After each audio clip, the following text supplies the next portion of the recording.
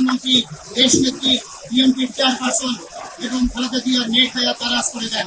আয় আল্লাহ তাকে পরিপূর্ণ সুস্থ করে দেন, শিফায়ে আজিলা কামিলা দায়েমা নসিব করে দেন। আয় আল্লাহ তাআলা আমাদের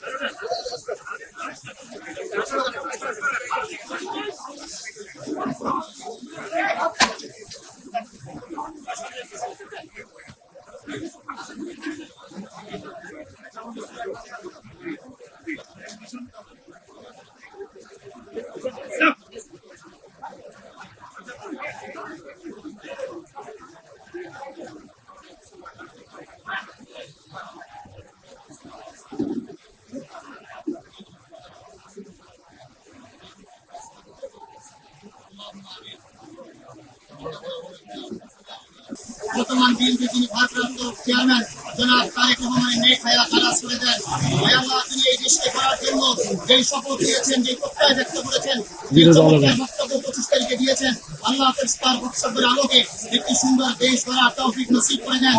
আয় আল্লাহ তাআলা আল্লাহ স্বাধীনতার সার্বভৌমত্ব রক্ষার জন্য জনাব তারেক রহমানের সাথে আমরা ঐক্যবদ্ধ হয়ে কাঁধে কাঁধ মিলিয়ে একটি সুন্দর দেশ করতে পারি, সেই তৌফিক নসিব করে দেন।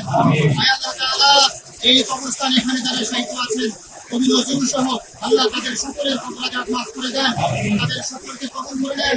আল্লাহ তাআলা এবং আল্লাহ আপনি পরিপূর্ণ সুস্থ করে দেন। আল্লাহ তিনি স্বাধীনতার জন্য, স্বাধীনতার সার্বভৌমত্ব রক্ষার জন্য আল্লাহ অনেক ত্যাগ স্বীকার করেছেন। আল্লাহ তাআলা আপনি তাকে পরিপূর্ণ সুস্থ করে দেন।